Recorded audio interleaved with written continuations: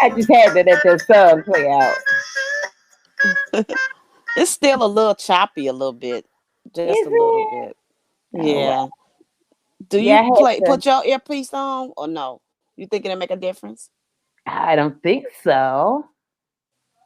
Uh, Just try it and see, and maybe we'll see if but I it'll. can't use I don't, Oh, you can't use it. not with my laptop. I would have to go in my basement. Oh, Oh, okay. No, don't worry then I about it. would have to, hold on. I would have to get a set of earplugs. Because the only thing I have up here is for my iPad and my iPhone. And I have to do, because I'm hosting it, I have to have a computer. Okay. And Oh, that's okay. Don't worry about it. yeah, I can hear you in and out, but it's in and out a little bit. But okay. you hear me clear, right? I can hear you very clear. Uh, Everybody, I want to welcome Okay. you to Rhythm Flow Okay. Radio. We are part of IntellectualRadio.com, which is an iHeart radio station with over 70 shows, 70 to 150 hosts and co-hosts streaming 24/7 on your smart device with internet access. And everybody knows we are sheltered in place. So we're doing everything at home because, as Earl would say, the show must go on. So we're doing all our interviews for our guests at home. And you know what? I've done this before because when I first started doing this, um, I got what they call I guess you could call it like a cram course in production. And he showed me how I could do this. I could have a show at the studio, but I could actually be at home. He showed me how to do this. So that just means all of the things that he taught me all over those years, I'm getting another chance to use it. So Earl Winfrey, kudos to you, and I thank you.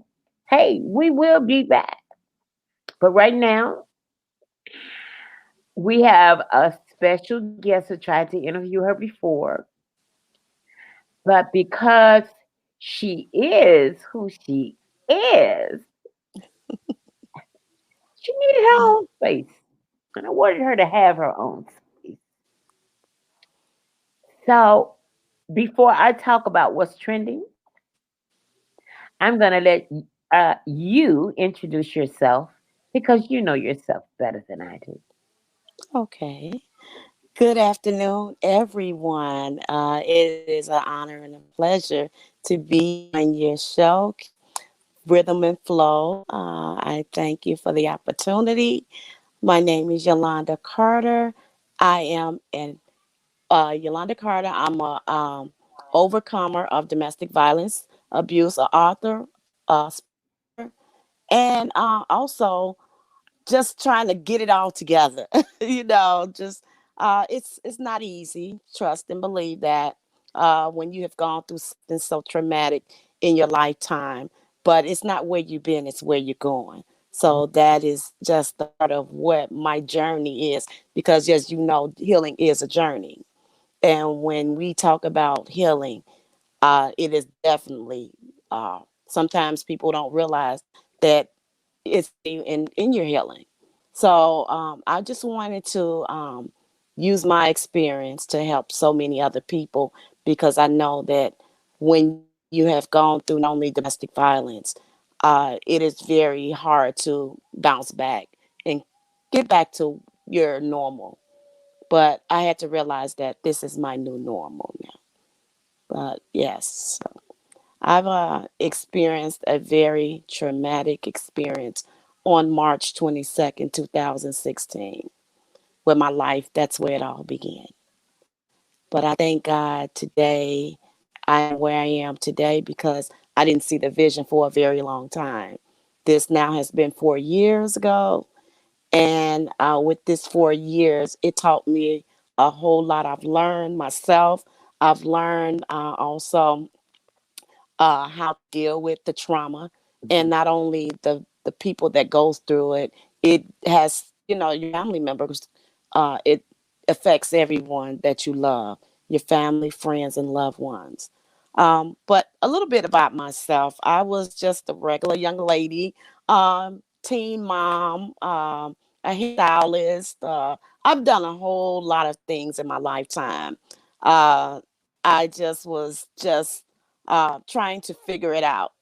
But a lot of times, what we do in our younger years, we date, we get up, we have children.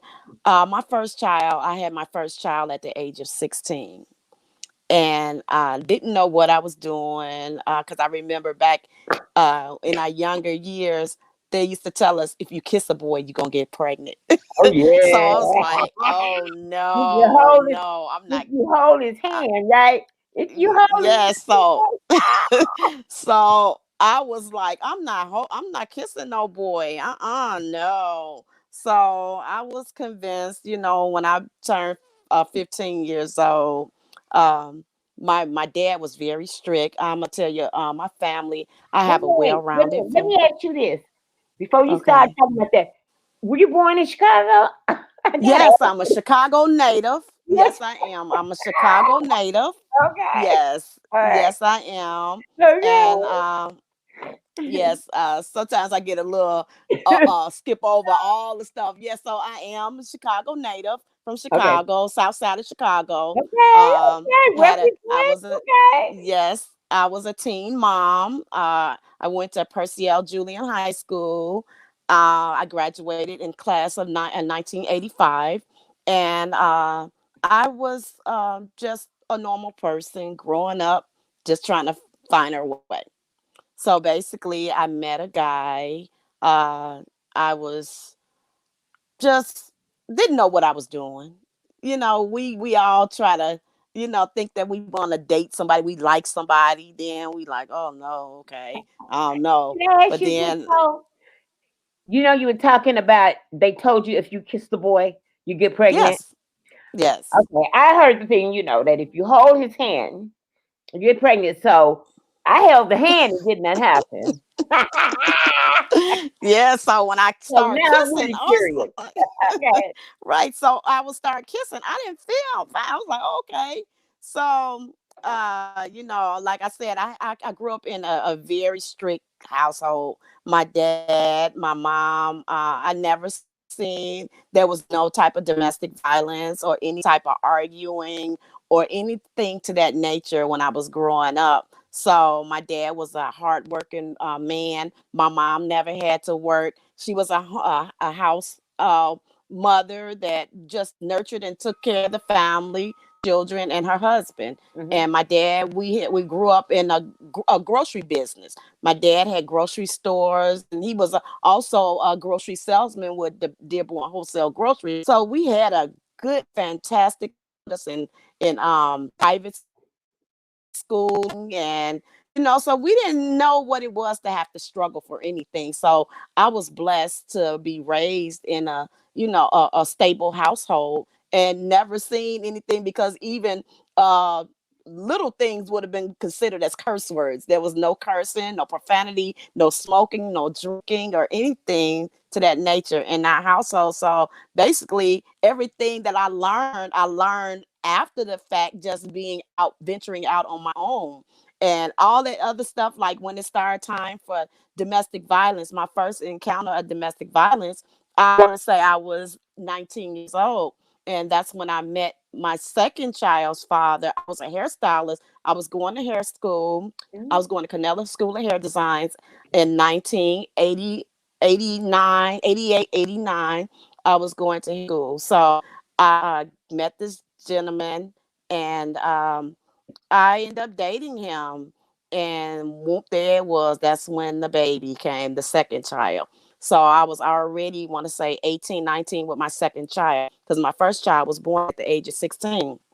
So when I experienced the dating, real dating thing, um, it was times when I would go to school. He would make sure I go to school. I graduated in 1989, and that's with the third child. So Mhm. I had three children, little children, and I was in hair school. I was going to graduate.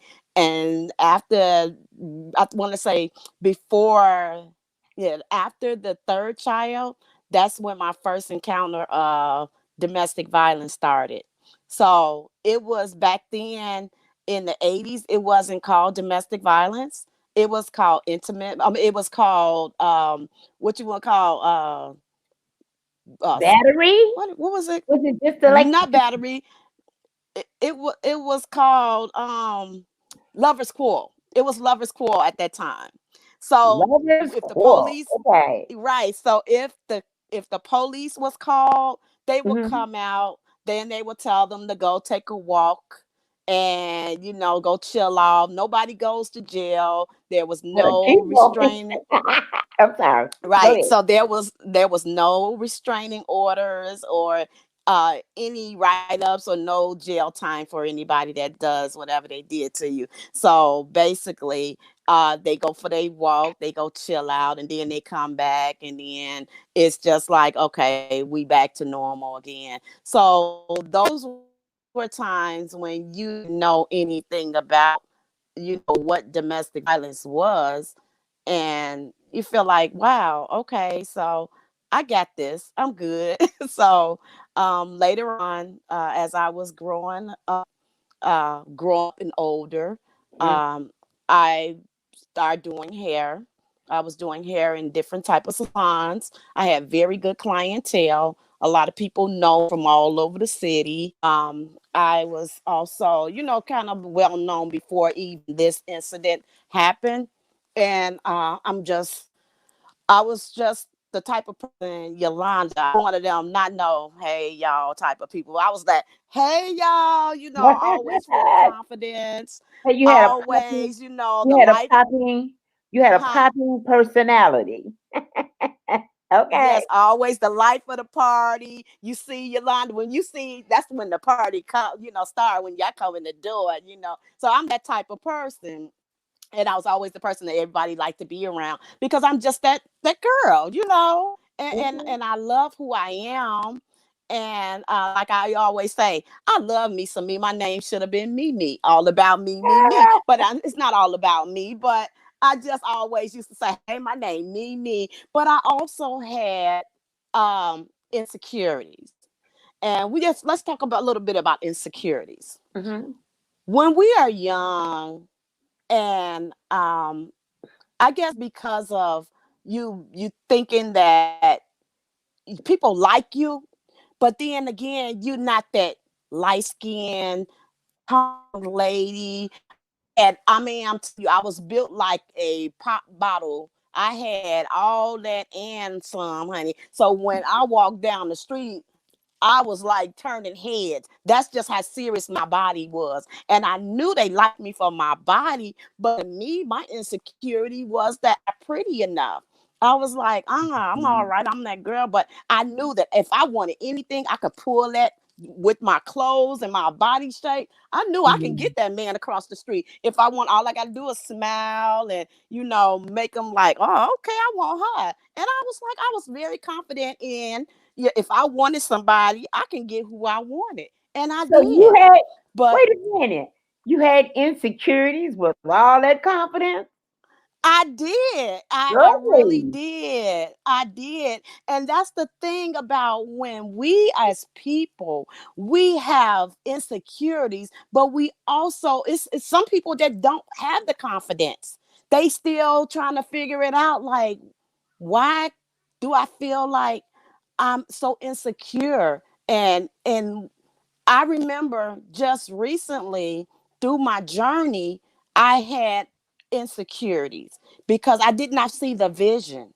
I didn't see the vision of what could have turned out to be after the trauma. After the trauma, I just didn't see it. I didn't see me looking like who I should be looking like. I didn't see Mm-hmm. that they can make me look like what I used to look like. So it took a long time. It takes a lot of courage for people. If you're going through something traumatically, it takes a lot of courage to really be honest with yourself and to be honest with other people, to let people know that, yeah, I'm having difficulties, I'm having problems with my insecurities, but also I want to be able to have the confidence in myself to know that I am beautiful and I can be bold with it and I am confident and who I am. And it takes a lot. And You my know, experience. can I say this? Go ahead. We as African American women, we had to we had to learn what beauty is. A lot of us, we look at beauty at we look at it the wrong way. We're all beautifully unique in our own way. Yes. And On. and we have to Mm-hmm. stop looking at the billboard and the print ad on TV and what we see in the magazine, what we see in the store. Adele Gibbons said those people are fake. She said that ain't real. Yes. But what we wake up and see in the morning after we wash our face and brush our teeth and put a little moisturizer, that's real. That's real beauty. I guess and until we understand that, Yes. we're gonna have these insecurities. Yes, because I can remember my dad was always the type of person that tells us that beauty is in the eyes of the beholder. So, with my trauma that I've experienced just I had to remember that because it made me go back until my young years and remember what my dad always said, that you can be beautiful on the outside and be as ugly on the inside. That's So right. that went a long way with me, especially with going through the trauma that I've experienced in my lifetime. And it takes a lot for you to want to just live that. I can't express enough how important it is to learn to have self-love, self-care, speaking positive affirmations in your life, being someone that, because we are our worst critics. We the ones that we will make us seem like we're not gonna make it, we're not good Mhm. enough, we're not pretty enough, and we just Yep, you're like right. it's over. You're right. And I want to encourage people. That's through my journey. It is healing is a journey. And once I've experienced my trauma that I've gone through, that just made me realize that, you know, you can do some things, but you can still come out on the other side and still have life after trauma. And no matter what you go through, it doesn't have to be domestic violence. It can be any obstacle in Mhm. your life. You can still overcome it. And you have to trust God because He is the source. And I can Absolutely. remember when I tell you that I'm kind of like, sometimes people will say, Yolanda, what you have gone through, how could you smile? How could you speak and want to help so many other people through what you've gone through? I knew that when I went through what I went through, I knew I wanted the world to hear my story. And when I tell you, my story has been so impactful, I just didn't know, because that's not what I was telling my story for. No fame, no one to feel sorry for me, or to, make nobody think that I was like, yeah, just trying to be on TV, radio, or just be. I want to help other people because I have the love of for people, to want to make sure I don't want them to fall into my footsteps, or to go through what I've gone through. Can I ask you, okay, because we're talking about domestic violence. Were you in Yes. love? Well, I was in love. Hmm. I had a few loves. Okay, let's Okay. talk about that. Okay. I had a few loves, and leading up to the last person that I Hmm. was with, I loved him. I felt the in love part with him, but then it was some things that I started seeing that kind of made it dwindle away. And a lot of times we look at, I think it's so much of us trying to psych ourselves into something. And I think it was more so I loved him. But I think that after I started seeing some of those red flags and some of those warning signs, those radars started rising up.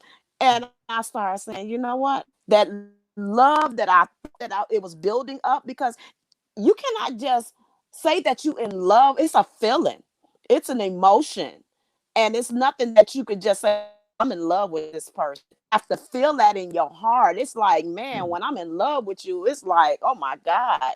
But just Yeah, is telling, that you can love love? someone without being in love with them. Is that love a mental love? Is it a lustful love? Emotional love? What kind of love is it? I want to know. Well, let's talk about that. Okay, because a lot of times we don't realize if we are truly in love with the person, because we may just lust for them. And lust, because do you know if you love with them or are you lusting for them? And I think that maybe a lot of us are not truly in love with the person, because we think that we in love, but we may lust for them. We lust for the good thing. We lusting for the sexuality and how they make us feel, and in the bedroom. But when it really comes down to that true love, some of us don't really have that. And some And people, sometimes, and I want to stress that, okay, because, huh? I was gonna People say, think that, and oh, mhm, I was gonna say, and sometimes that love we have is nothing but lust, and lust can absolutely get us in a lot of trouble. trouble. Okay. Yes, it does. Hmm. Go Yes. ahead. And and I was just, I think that with my experience with this last relationship that I was in, Mhm. um, do you want me to just go into the Yeah, I whole want full you to go story into how I met that. this guy? I want to Okay. listen. Well, I'm This going to. is the name of your book is One Eyewitness, and then I think I read Okay. somewhere in the comments you left me for dead. Okay, so I left what? I can't you hear. left me for dead. One eyed Oh witness. yeah. Yes. Yeah. Yes. So Yes. Okay. I Well. want to Okay. know about this man. I want to know about. Well, girl, I should be all up in your business like that. But I want to know, how did you fall in love with him? Okay. Okay. Mhm. Well, we're gonna get into that right now. Okay. All right. Okay. Okay. Well, I met this young man. He was a gentleman. I met him at a family. It was not a family, but it was a friend of a friend. He was really one of the young guys in the neighborhood, and he was one of my little friends, baby father. So he passed away. He had a funeral, and it was just something about these type of guys. It's something about these guys that they suited and booted, got these dobs on. It just do something to me. And he was really nice looking, very debonair, very charming. And I was minding my own business. I went to the repast and we was outside and I had my little folding chair up outside. And it was just something about this guy. We was sitting down, we was just chatting, we was just talking. And we had a very good conversation. And after the end of the conversation, when it was time for me to leave, we had exchanged numbers and everything. So Mhm. I'm like, okay, let me see what's to this. But mind you, I was already in a relationship with someone else that was not, it was kind of rocky. It was getting a little rocky. So I was already in a relationship. Not saying that it was a good thing, guys. I don't want to, mention, but I was also dating someone else at the time, and at Mm. that time, I started seeing this guy because he started saying like, man, the first time that we got on the phone, he invited me to come over to see him. Mm. And he didn't have a car, so I had a car. And I Mm. was working still and everything, and I would go by his house. The first time I went over there, he was like, well, he wanted to cook dinner for me and all this good stuff. So I'm like, oh, okay, ding ding ding ding ding, yes, okay, that's what I'm talking about. Because I'm gonna tell you, you can still be in a relationship, but I'm gonna tell you this: you could be in a relationship at home, and you still feel like you're alone. I had a guy that he was working third shift Wait, wait, every wait, wait, day. wait, wait, wait. Repeat that. You can be in what? You can be in a relationship at home and still feel alone. Okay. Well, my thing, I think somebody taught me this years ago. I can't remember whether it was one of my sisters or aunts, but they always told me, they say, if you're in a relationship, whether you can be married to, okay, you can be living with somebody, Yes. or you could be married, or you could just be in a relationship, you know. But if you feel alone, guess what? You're single. Whether you know it Basically. or not, you might not Basically. So know it. that's why, right? So that's why I end up going to the other side, just trying to test the waters. And that's basically what I want to say.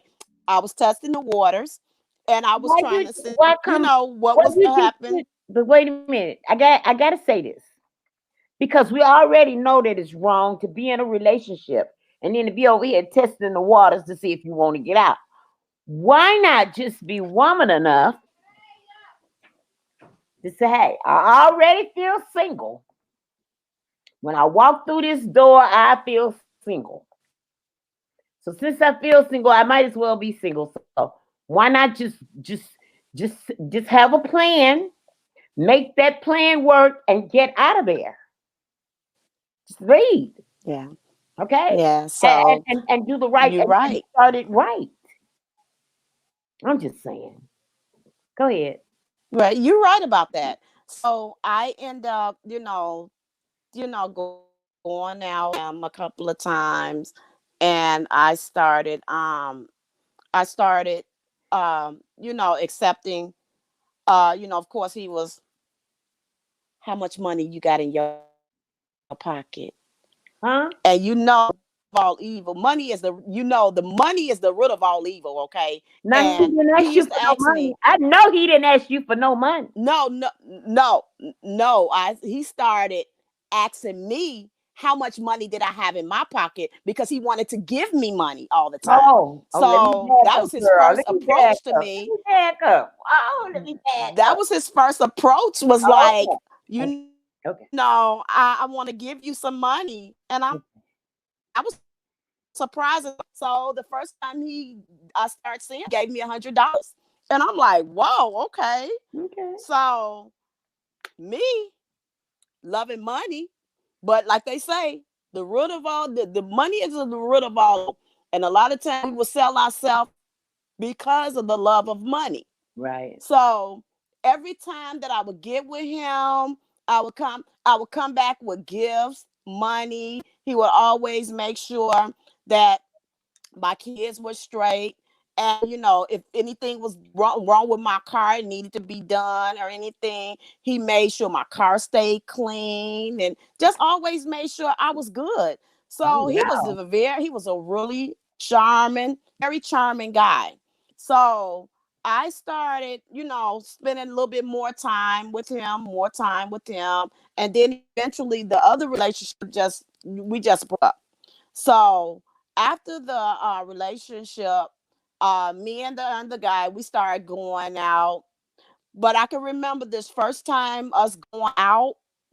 I was at one of the little on 127, the little club over there. And you know how you see people that you know for a long time. We Mhm. embrace, hug, or whatever. There was no like, intimacy or anything like that. Nothing to make people think, oh, they used to date or anything. So the first time that I seen a red flag was when it was a friend of mine and we were hugging, we was talking, and the guy that I was with, he started making assumptions that you used to mess with that person, and he stopped talking to Oh me my at the goodness. party. Oh. So I'm like, something ain't right. So we went to the spot. He was just acting all flaky and stuff, kind of like on and off talking to me. And I just blew it like, yeah, hey, whatever. So eventually we started talking again. Because a lot of times when you go through these situations with a person, they Mm. will act like this is the problem. But then after they feel to talk back to you, it's like nothing ever happened. Like I won't apologize or nothing. Let's just go back to normal. Like ain't nothing happened. I hate that. And that's what used to happen a lot with our relationship, but I overlooked it. Kept over a lot of things. So as we became going into the relationship, before I realized it, that we were already in a full blown relationship. And when some things that I started seeing, I was like, oh, I wasn't expecting this. But because of who he was and me having compassion and love for people, I ignored a lot of little things and I kept on just, going on with the relationship. As time went on, there was a time when he threw my phone down the alley, Oh. when he called me the B word, when Oh. he started destroying my property and stuff like that. But guess what? Every time he did that, he would always come out of his pocket and No. buy it all over again, pay for it. And that's what I want people to understand, because a person can show you their representative. And that's what he did. He showed me his charming side, but then he also showed me another person that could not recognize when I met him.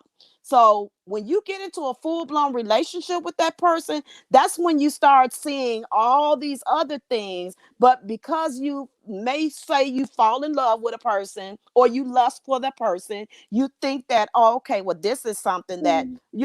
we ain't gonna go through this all the time. Right. So I I let it go. He was like, okay, he bought this stuff all over again, and then there it go. So he helped me move in 2014. I was living in Hyde Park. So with him helping me move, I felt like, okay, well, I was obligated to, let him come spend a night at times and stuff. But before I knew it, this man had moved into my house. Why did And you when I tell feel? you, Wait a minute. Why did you feel like that you were obligated to let him spend the night because he helped you move? He a man, ain't he? Ain't he a man? absolutely, and that, Well, yes, I and mean that's that's part of why what I men. That's part of what men do. They help women do absolutely, things that women don't have the strength or the capacity to do. I mean, yes. that ain't no grounds for him to get in the bed and get no cookies now. But Oh. that's what I'm saying. That's what my thinking was.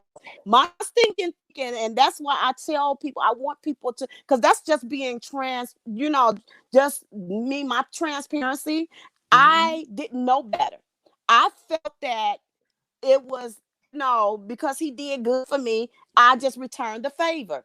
And that's not a good thing, because we put ourselves in situations where they could have been, turned a whole nother way. And that's not the right thing to do in the first place. But I had to learn through, like I said, I had to learn. I didn't know that's what I should have been doing. That I didn't know at the time that was like, okay, like, not saying I'm a prostitute or something, but he was my guy. And I Mhm. felt that, okay, well, he was doing good. He don't never ask me for no money. He don't, he's not supposed to. He was a real man, and he Mhm. made sure that I had whatever I needed, whatever I wanted. When I was sick, he would make sure he nursed me back to health.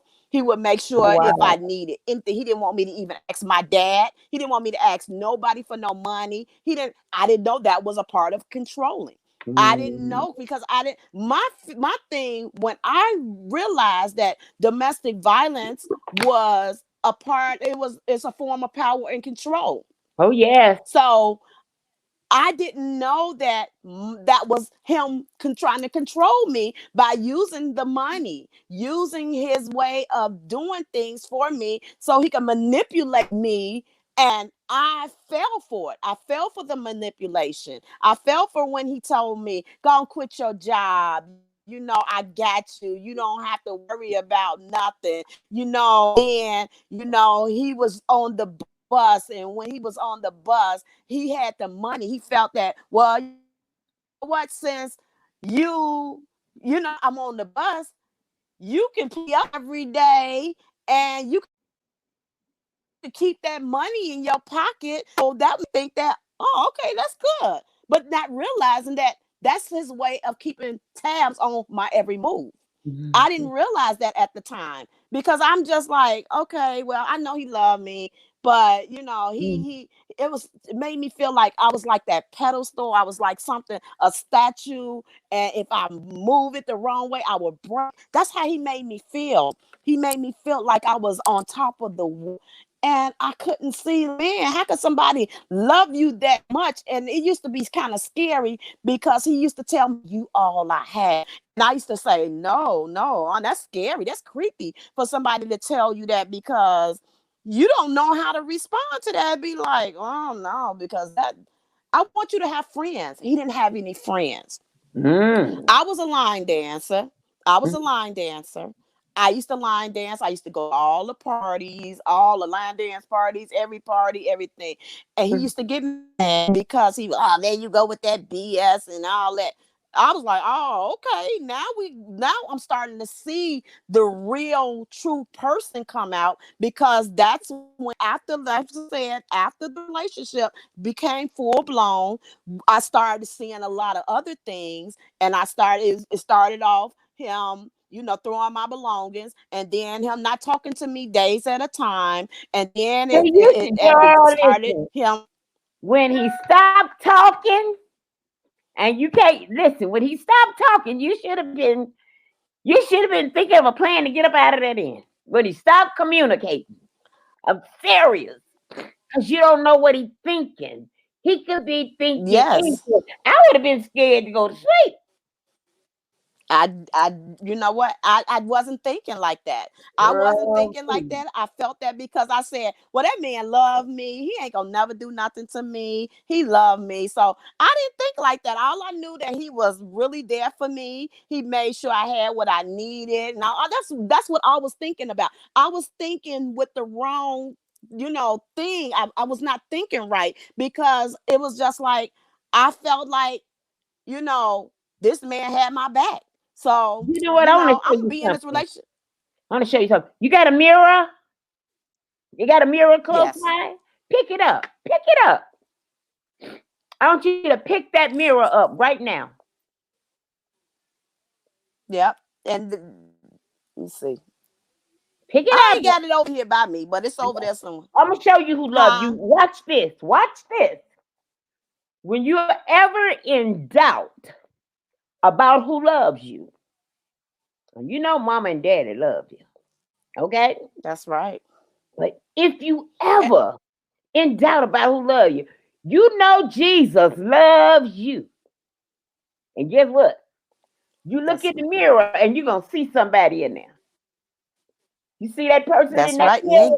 And I Guess had to what? realize that. That's I had to right. realize that after all this stuff had That's happened, right. I had to You do a gotta love mirror yourself. challenge. I had Yes, I had to do a mirror challenge with myself. I had to realize that I love me. I love Yolanda. I had to be confident when I said it, because sometimes we can look at ourselves and say, love you.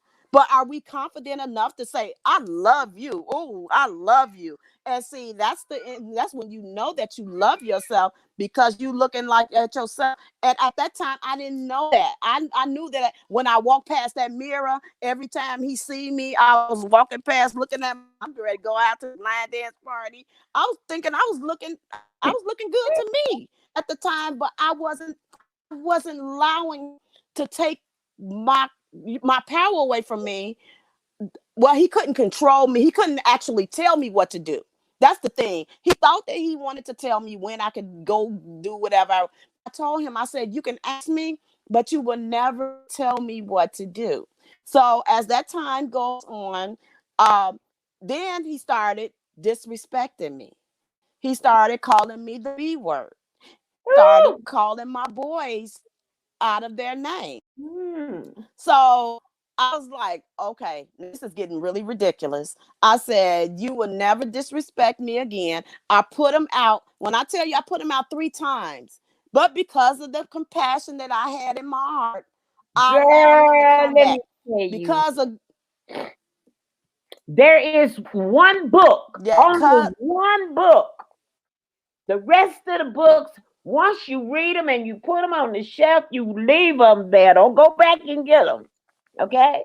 But there is one book. so that's why I don't want no one to fall into my footsteps, mistakes that I've Absolutely.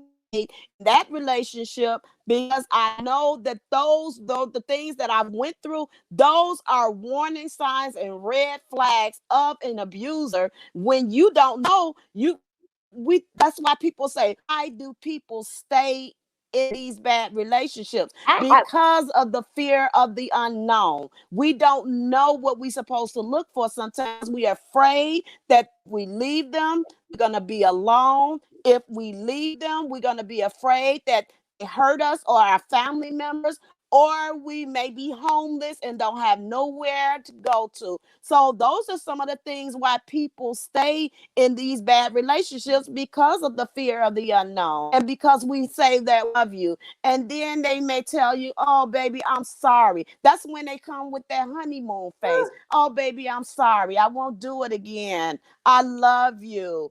Okay, and then he want to buy you all these gifts and make you forget about all that he's done or she has done, because there are 1 out of 3 women and 1 out of 4 men that's facing domestic violence in their lifetime. But we also know that domestic violence is not just a intimate part, just a one thing, and it's not just a person that has been uneducated or homeless or anything to that nature. We have to realize domestic violence is real, and it's to anybody, no age, no color, no gender, ethnicity. No one is exempt from domestic violence. It's happening every day, every hour. 365 days a year, domestic violence is happening. And right now, because of what's going on with this stay in home order, it's a oh perfect yes. storm. The right It's a perfect storm right now, and there's so many has gotten so hot right now, has up the took because of the stay in home order, and we're nowhere to go. They can't even pick up the phone if they want to, because their partner is right there. They have no help. There's limited Mm. help. And right now, if you are able to get to, if you're in Chicago, they do have that 555 West Harrison right now, that you can right now still go get a restraining order if needed, or even Wings has a domestic violence shelter, but you have to call a number and be able to be placed because of what they have no beds, so you have to people in hotels with Oh, families in okay. hotels like that. So right, so it's not like you can call and say, well, I want to come in the shelter, because it's not going to work like that. It's they have to place you into a hotel to be safe, Yeah. with getting this coronavirus. It's Right. important for us to realize that domestic violence is happening right now, and then, like they said, it has gotten so high up here that people are so afraid, and people are getting killed. People are being it's like uh they have a lot of resources out here, but they are limited resources now. They also have the family rescue that you can reach out to. We have metropolitan family services that you can reach out to. The domestic violence hotline that you reach out to. So you say there is a lot of information out here for people who are having issues with COVID-19 that are sheltered in place and may be facing one of these issues. Am I right? Uh-oh. Look like she's frozen. You all hang on. I'm gonna bring her back. I'm gonna have to bring her back. Just enjoy this music for a minute.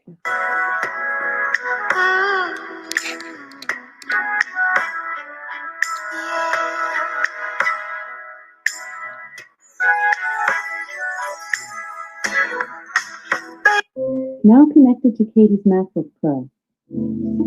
Away from here.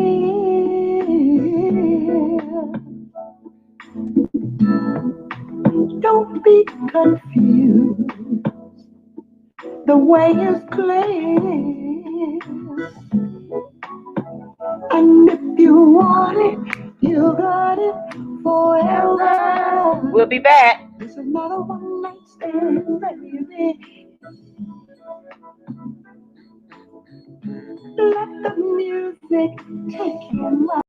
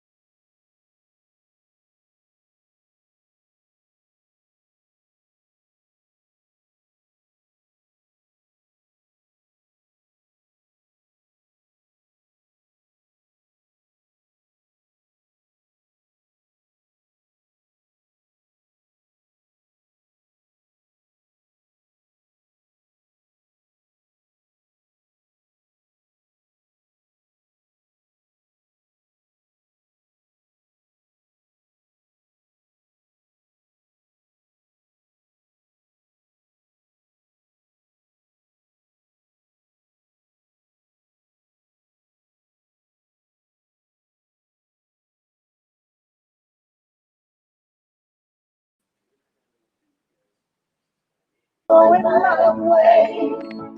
I Okay. love it when we're cruising together. See me? All right, y'all. We back. We back. We back. Sorry about that. Okay, Yolanda. Back Ooh. to what I really we were talking about. I think the last thing I said, I want to say this, that I was raised up around four boys.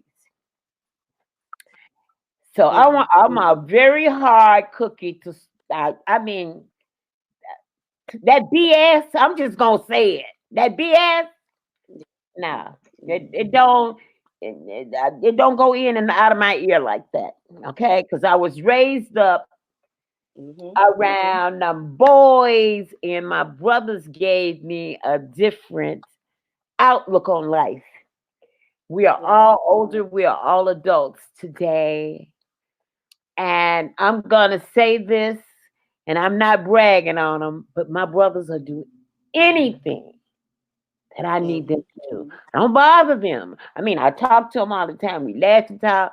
If I really need something, I know all I got to do is pick up the phone, but I don't do that. But my brother told me that women were to be pampered, they were That's to be right. loved, they were to be taken care of, they were to be adored, and they were to be treated like princesses.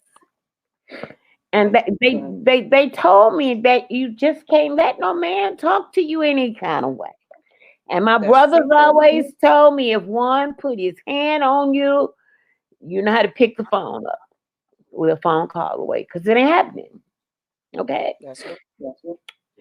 But I mean, I know people. I believe me, I know people. I know domestic violence is real.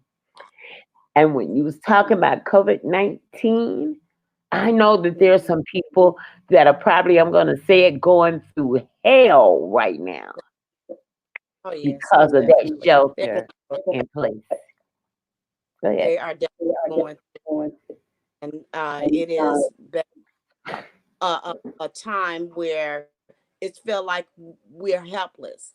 We're helpless at this moment because when you say that shelter in place, a lot of people are not only afraid of being the victim of domestic violence, they also in fear of the coronavirus as well. So you running out and then you end up with it and you end up dead.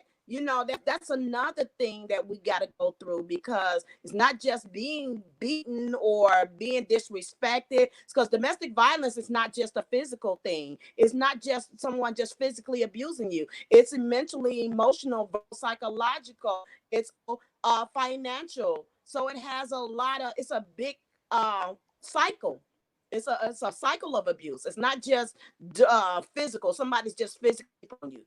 That's not just what it is. Hmm. And that's what a lot of time, like myself, I fell for that because I thought that I was like, no, I wasn't in no domestic violence relationship. Yeah, he called me the B word. Yeah, he did those things. He threw my phone, but he put his hands on me. So I'm and like, that's not domestic violence. And so I know that I thought that was not domestic violence.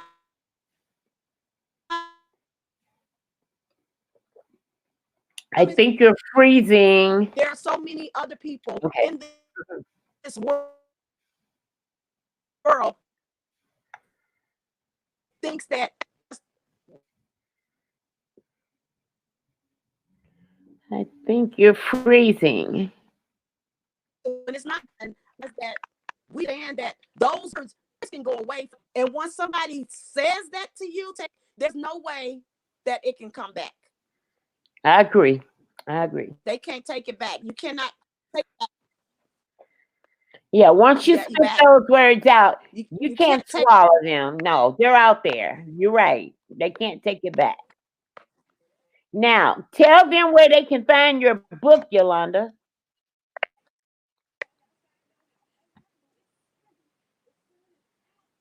Yolanda, tell them where they can find your book.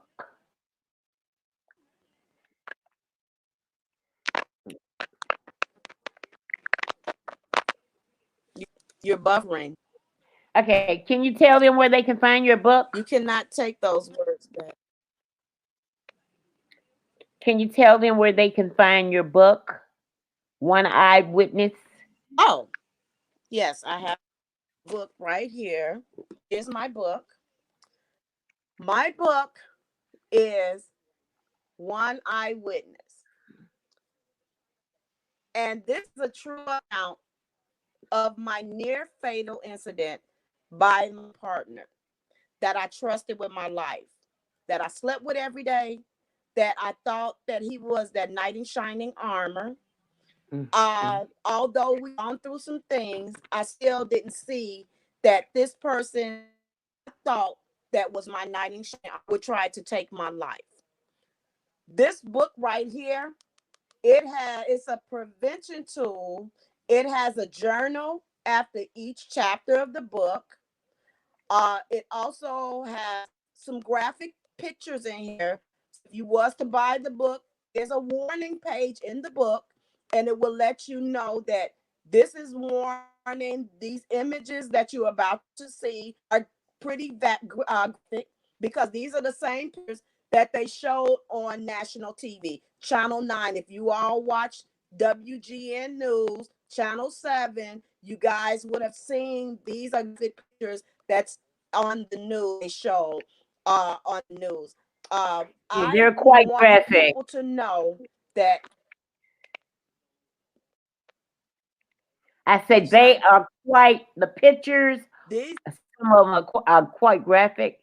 Are those the same pictures on the website? Are some of those the same pictures on the website? you breaking up a little bit. You chopping a Oh, little I'm bit. sorry. I'm sorry. I was talking about the pictures in the book. The picture book. Do you want me to show the pictures in the book? Yes, I do, because they're quite graphic. Just one. Just one. Okay. Just one. Okay. Well, this is on. Okay. One. Well, it's really actually it's a one page of it. Let me see. Okay. Now, this is how it looks. This is how the this is how it's gonna say the warning page. Okay. So now this is the page right here. These are the page. I don't know if you could see. Yep, I can, yeah. This is me. Mm, mm, mm. Thank you. So Thank this was me laid up in a pool after the person that I tried to take my life. Now, March 22nd, 2016. That's when my life had changed for the rest of my life.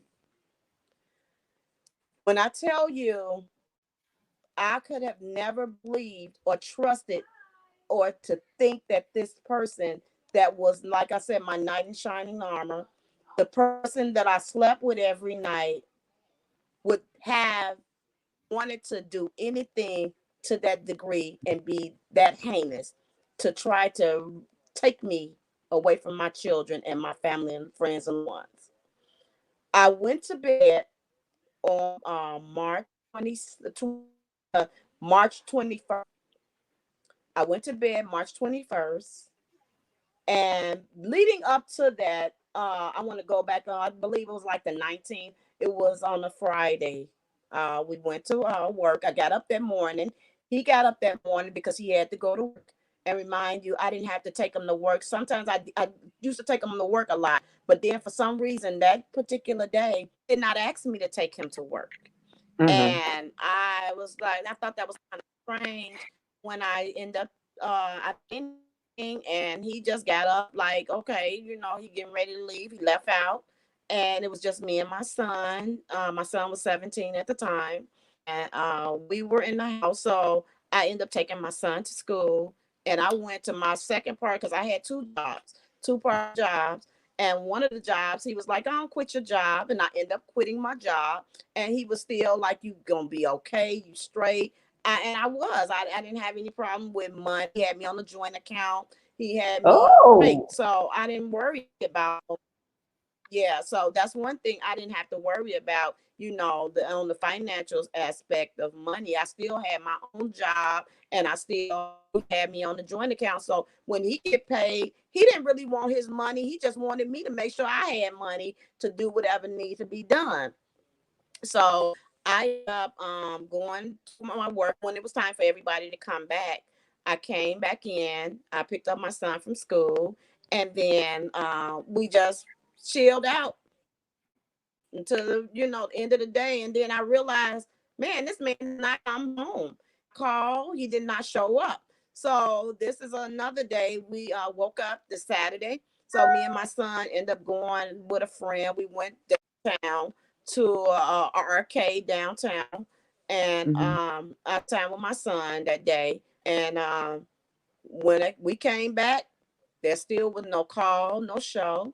So the next day was gonna be Sunday.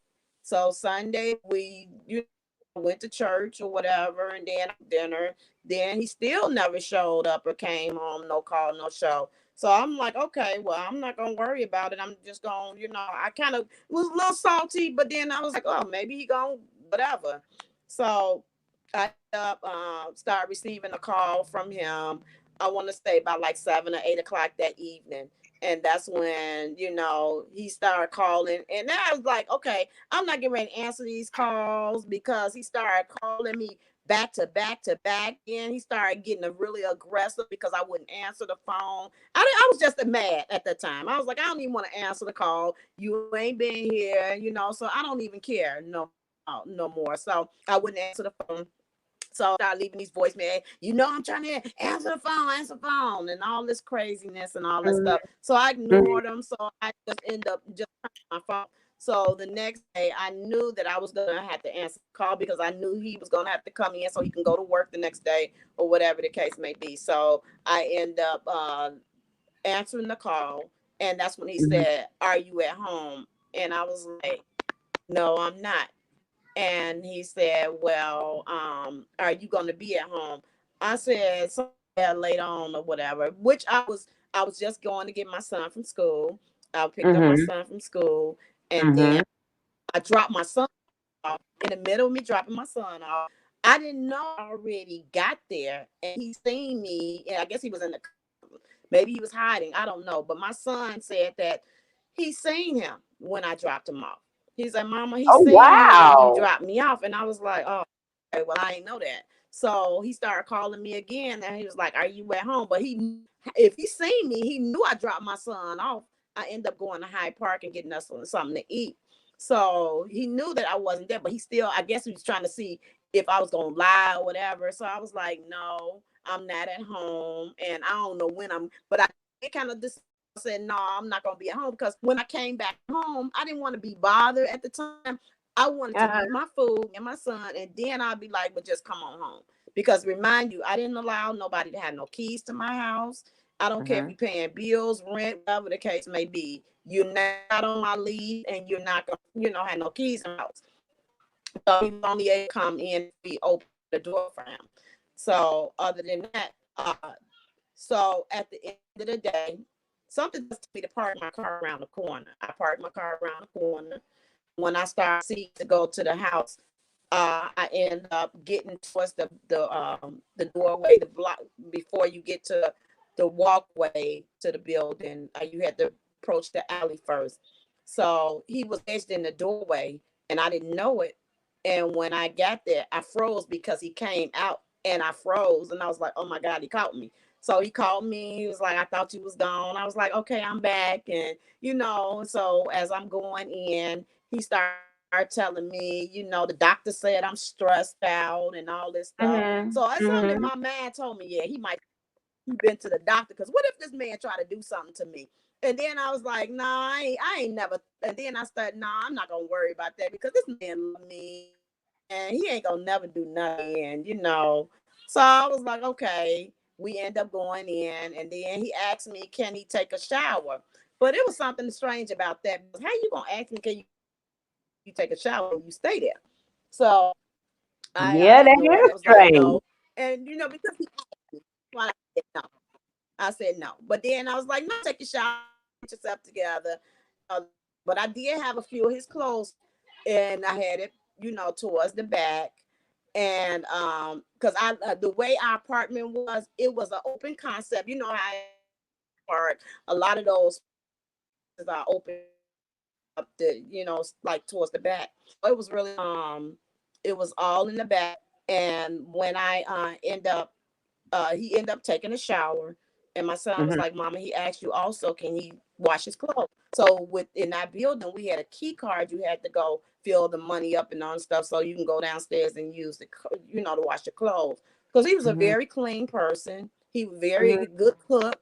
We didn't have to want for anything as far as cooking. We ate full Mhm. course meals. He made sure had good food, and it was really, he was a great person. Besides all this other stuff that I had to go through with him, but I Sure. still Okay. seen a Okay. bigger, bigger vision. I seen another side of him, through all his good. Like they say, the good outweighs the bad. So not recognizing that this man had plans or whatever, I didn't know what his plans was for me. I didn't think of him even having plans for me. I thought we were gonna just, go back to normal until I decide on what I want to do, with this relationship. So I end up, staying in the living room, watching TV, with my feet up and stuff like that. Mhm. So after I end up doing that, I end up knowing the time close to, it was time to go to bed. So when I checked in the room, it was already 10 o'clock and he was sound asleep. So when I went in there and I came out in the living room for a little while, maybe for like 12 o'clock, I had went and already took my shower and everything. And by the Mhm. time it was 12 o'clock, it was time for me to go in the room and get myself together. And I did. I went and got in the bed. And all I remember is me being sound asleep. I want to say like 12:30 a.m. I went to bed. I didn't, when I went to bed, I didn't wake up the same way I went to sleep. The person that I trusted with my life, he decided to want to take my life. He went and got a hammer, and this was like 5 in the morning. He went and got a hammer, and he brutally beat me with that hammer and leaving me to die in my very own bed. And when I tell you, I remember something ringing in my brain saying that you're ring, ying, ying, ying, ying. And I couldn't imagine, like, what was that, because I thought I was going crazy. And all I knew is that uh, I, I guess I was knocked out. After I was knocked out, I can remember hearing faint sound. My son coming in my room. I'm sorry. Came in my room to shake me. Mm, mm. He shook me, shook me, and shook me. And when I woke up and when I came to, all I could see is I was throwing up blood coming out of my nose, my mouth, and I'm seeing all this brain stuff in the bed. And I'm like, what in the world? What happened What to did he me? hit you with? And Mama, he took a hammer, he beat you with a hammer. And Oh. I was like, well, that's when the detectives, the police, and everybody, the ambulance was there right at the time. And they was asking me questions like, who are you? Do you know who you are? Who you know this, who did this and whatever. And I'm like, yes, I know who it is. But I was like, well, why would somebody do something like this to me? And all I can remember is that all I told the doctor, the paramedics, I was like, y'all just don't let me die. And he was assuring me, like, gonna live. You okay? You're talking. And I was Mm, like, okay. So I remember them taking me to the University of Chicago Hospital because I live right down the street from the university. And mhm. I all I know is that they had me sleeping on that gurney for like 2 or 3 hours before they can do anything because it was a crime scene. They had to come in, they had the people to come in and take the pictures. I was still full of, like, you see those pictures. That's exactly how I was when they left me, like, because they had to take the picture, they had to do all this stuff. They telling me that, oh, you can go get a restraining order. You could, like, I'm gonna get out the house, like this has happened to me. They act like, the way they was talking to me, like, okay, this happened to you. You can just go and go do Yeah, you this can and just get up and go stuff. get your And I'm like, what are they yeah. talking about? It's like that I could just get up and go. So they realized that they couldn't do anything for me. They realized after they kept putting the light on my eye, they was like, can you see? Can you see any light or anything? And I'm like, I don't see anything. And Once they did that, they realized that there was no sight. So this man, when he beat me with that hammer, he he knocked my he crushed my skull. All of my brain matter was dead. They crushed my skull. He broke every last bone on my left side of my face. Every bone was broken and shattered. I couldn't even put my teeth down. They had to put braces to rebuild the bones back so I could smile again. They had to take my left eye out because it was no good anymore. They had to I got gashes in the back of my head, and all this was open. So they had to put a metal plate. I got a metal plate in my skull right now to this day. And I said through all of that, they came back and they told me, Miss Carter, somebody was really looking over you because there's brain damage. And I was like, thank you, Jesus, for to God be the glory. No brain. And they said, we don't even know who was praying for you. We don't even know how you You are know, here because people you would know who go. it was. They don't know, but you But you know. know what?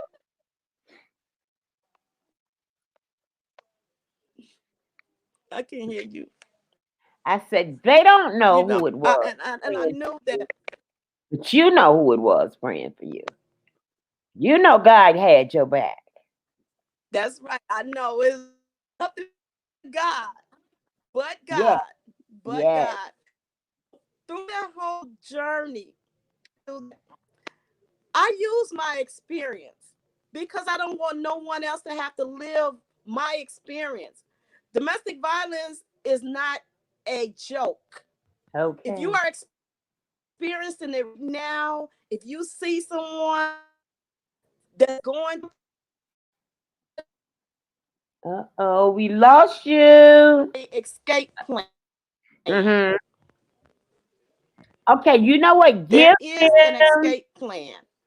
Okay, You give have them to the want escape to get plan. out and get out safely. There Mm-hmm. is help for people that's going through it. I don't want people to look at me and say, "Oh, I feel sorry for you." I want people to want to follow me and know that I want to encourage you to get out safely. I want you to know that you can still live your life after violence. See, all that has happened to me. I didn't love me looking like I used to look. All I could tell the doctor because they never seen me before. All they knew was that, well, we can't make any promises, but I had to show them pictures of how I used to look.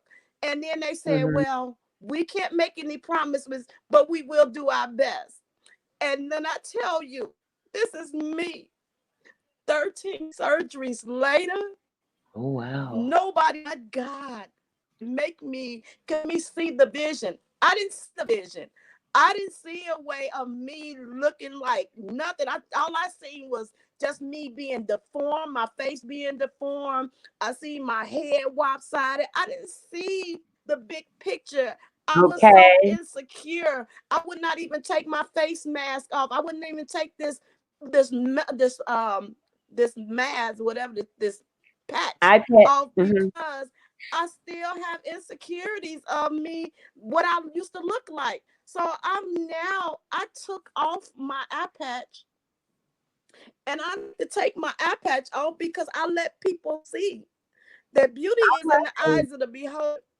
And I don't have to use or stay behind this eye patch because I was worried about what people say. Oh, you look funny, or they laughing at me when I think that I'm looking like, okay, this is my transparency, this is my Mm-hmm. truth.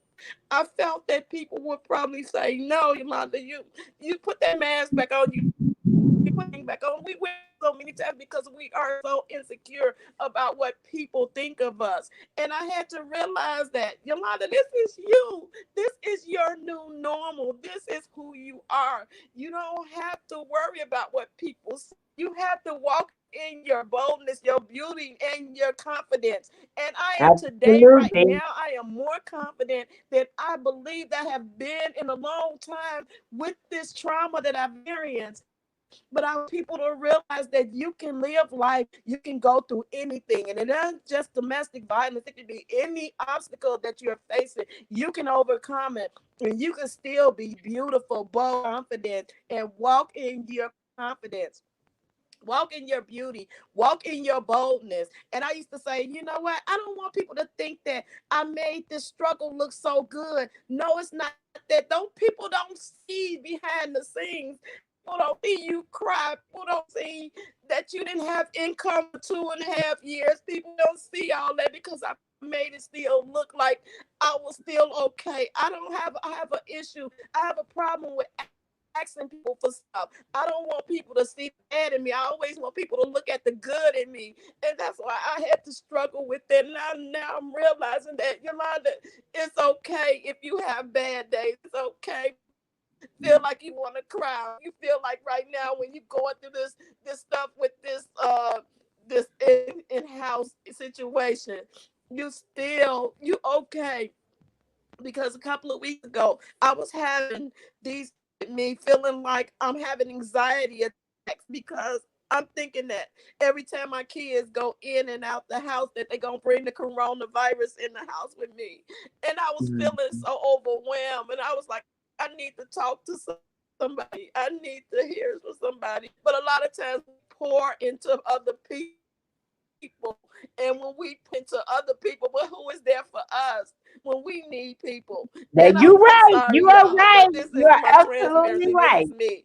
Because I didn't do this for a long time. I have not been really, because I made people think, and I realized that when people looked at me and they was like, Yolanda, you know, you don't cry, you don't do this, and you don't do that. That's because I think I had a level of myself and not wanting people to see me broken. I didn't want people to see the bad side. I wanted all people to always see me smiling, always see me like, yeah, Yolanda, you the life. You went through this, but you got it. You doing good. Well, And I want Yolanda, people let to me say just this. understand that I'm still human. Let me say this, Yolanda. When you see somebody and they ain't never got no problems, they're I can't always hear you. perfect. Can you hear me now? Can you hear me now? I'll text you later. I'll The text. volume. Can you hear me? I can hear you very good. Can you hear me? Yes. I can't hear you. Okay. I'll text it to you later. Okay. I want to thank you for coming on the show. I'm saying bye. You see that? I'm waving bye. Volume. Uh, I'm waving bye. Bye. Because you can't hear me. Okay. All right. Listen, that's Yolanda Carter. You can get her book. The book is called One Eyed Witness, and you can purchase that book at www.oneeyewitness.com. Purchase that book and support a sister. Hey, this is COVID 19. Remember to shelter in place, wear your mask, wash your hands. Hey, and don't infect other people. And I will see you. I might see you Friday. Who knows? We'll see. All right, Yolanda. I thank you so much. Bye bye.